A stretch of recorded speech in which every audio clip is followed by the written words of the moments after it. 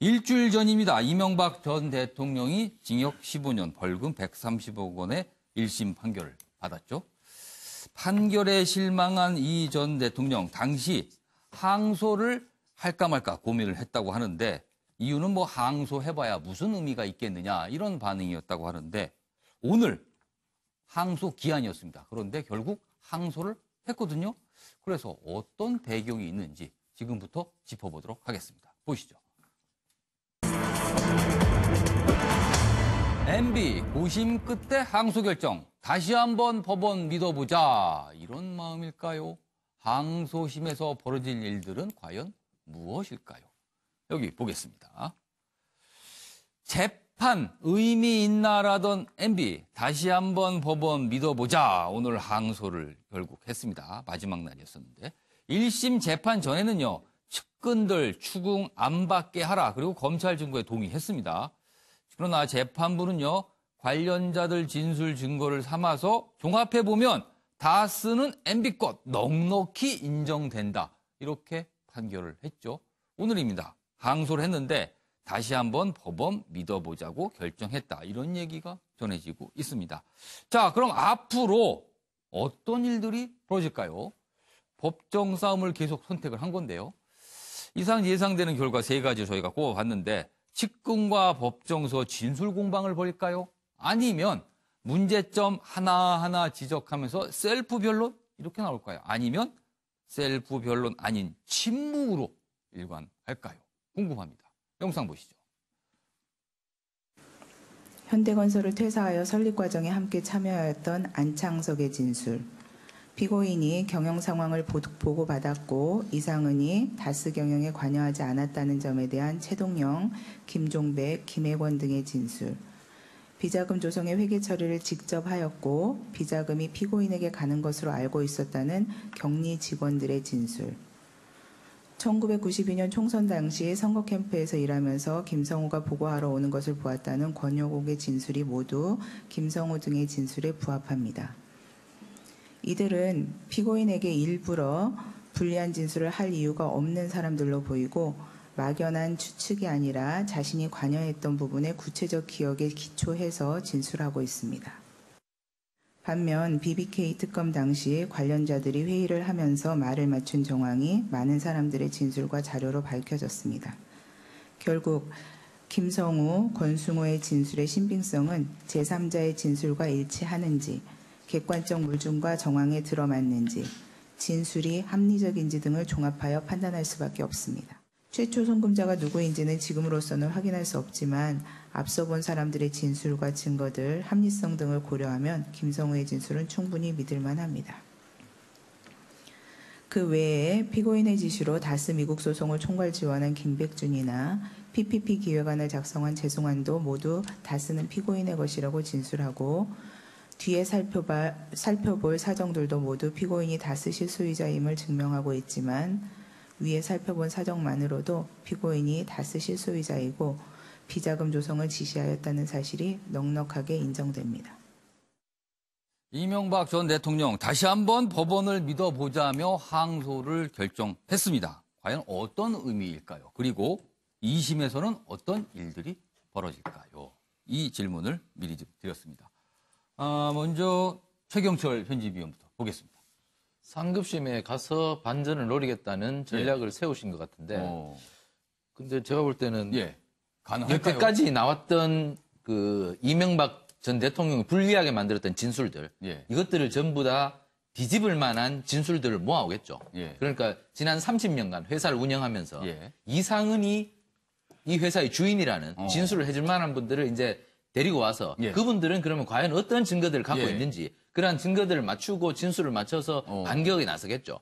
근데 이분들이 그 진술을 얼마나 해줄 것이며 그리고 이분들이 갖고 있는 근거가 되는 것들이 얼마나 확실한 것이냐가 문제인데 제가 볼 때는 그만큼 그 기존의 검찰에서 그리고 그 법원에 냈던 여러 가지 진술들을 뒤집을 만한 강력한 파워가 나올 만한 그러한 진술들은 나오지 않을 것이라고 저는 생각합니다. 왜냐하면 지금까지 나왔던 예. 진술들이 이명박 전 대통령에게 예. 불리했던 다스는 이 전 대통령의 예. 것이다는 그러한 진술들이 너무나 구체적이고 예. 또 다스의 감사가 집에 갖고 있었던 그러한 기록들이 너무나 구체적이어서 그것을 과연 상쇄하고 그것을 완전히 뒤집을 만한 증거 능력을 갖고 있을지는 사실 의문입니다.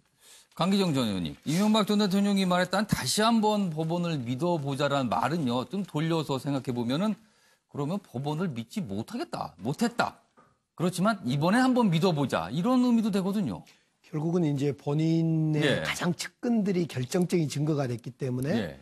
그런데 이 측근들을 법원에 세우지를 않았는데 그 증거들이 다 받아들여졌단 말입니다. 아, 그래서 이 측근들을 불러내서 한번 괴롭혀 볼까? 아. 뭐 이런 정도. 아. 만약 괴롭히다가 그 과정에 예. 유리한 어떤 증거가 나오거나 이랬을 때 항소심에서 이걸 어. 받아들여질까? 예. 이런 고민이 있지 않았을까 아. 싶어요. 결국 결정적으로 지금 집 한 채 있다는 최후 변론이 지금 무너져 버린 거 아닙니까? 예. 전국의 집과 건물, 땅이 지금 예. 다 드러나고 있는 거죠. 예. 그래서 이명박 전 대통령이 지금 포기하지도 못하고 예. 그런다고 하더라도 또 항소심에 잘 될 것 같지도 않고 예. 참 곤욕스러운 지점에 지금 놓여서 방법이 없기 때문에 항소를 통해 시간 벌기를 하고 있는 것 같습니다. 아, 방법이 없으니까 그냥 법원이나 한번 믿어보자. 다시 한번.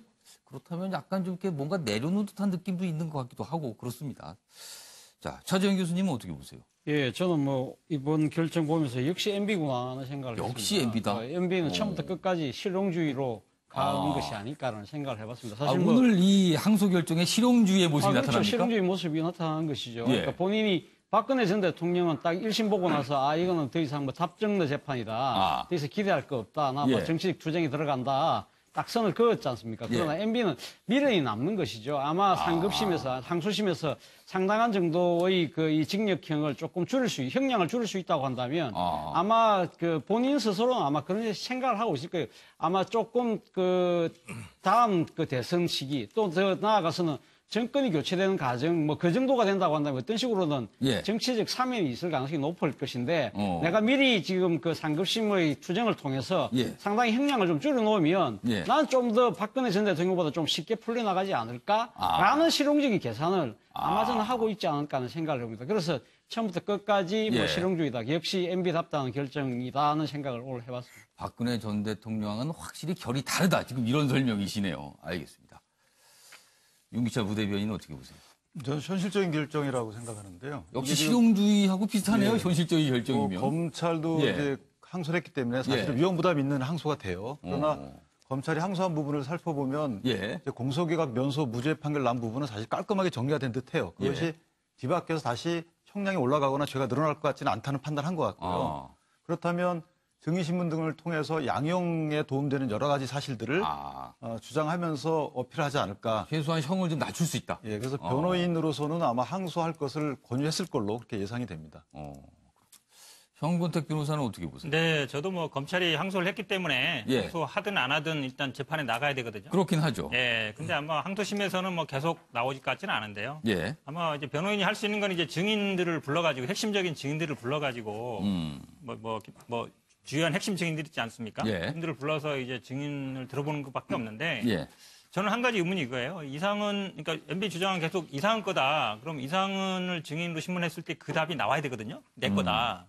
이런 말을 못 끌어냈단 말이에요. 예. 그렇다 그러면 이 측근들을 불러서 증인 신문했을 때 뭘 들을 건가? 저는 별건 없다. 이렇게 보고요. 항소한 이유는 아마 예. 저는 돈 문제가 가장 클 걸로 봅니다. 돈 문제. 벌금이랑 추징금 하면 200억이 넘거든요. 벌금 130억에 추징금이 뭐 네네, 80억이 넘어가죠. 맞습니다. 예. 이명박이 어쨌든 그동안의 예. 돈에 대해서는 좀 민감하다 이런 얘기들이 많이 있어서 예. 그런 것 같고요. 저는 한 가지 지금 써놓은 게 검찰에서 이번에 항소심에서 김경준을 혹시 증인으로 좀 불러서 물으면 어떤가. 이 부분에 대해서 아마 김경준이 나오면 예. 할 말이 분명히 있을 겁니다. 예. 그리고 그동안에 자기 할 말도 있을 거고요. 예. 그래서 혹시 보고 계시면 항소심에서는 검찰에서 김경준을 증인을 좀 신청해 보시라 이렇게 얘기하고 싶습니다. 정구택 변호사께서 지금 검찰 쪽에 조언도 좀 하셨습니다. 자, 오래 기다리셨습니다. 정태근 전 의원 어떻게 보십니까? 이명박 전 대통령이 예. 그 야인 시절에 그러니까 예. 이제 국회의원 하다가 선거법 위반으로 예. 국회의원이 떨어지고 난 다음에 유랑 생활을 할 때 쓴 두 번째 저서가 뭐였냐면요. 예.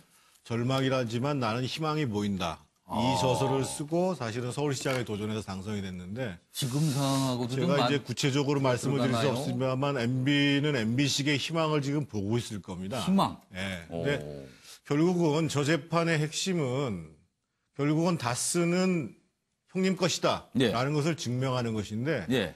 방법은 사실은 두 가지가 있죠. 예. 하나는 지금 1심 판결에서 결정적으로 채택되었던 소위 김성우나 김희중이나 김백준이나 강경호가 진술을 번복하는 겁니다.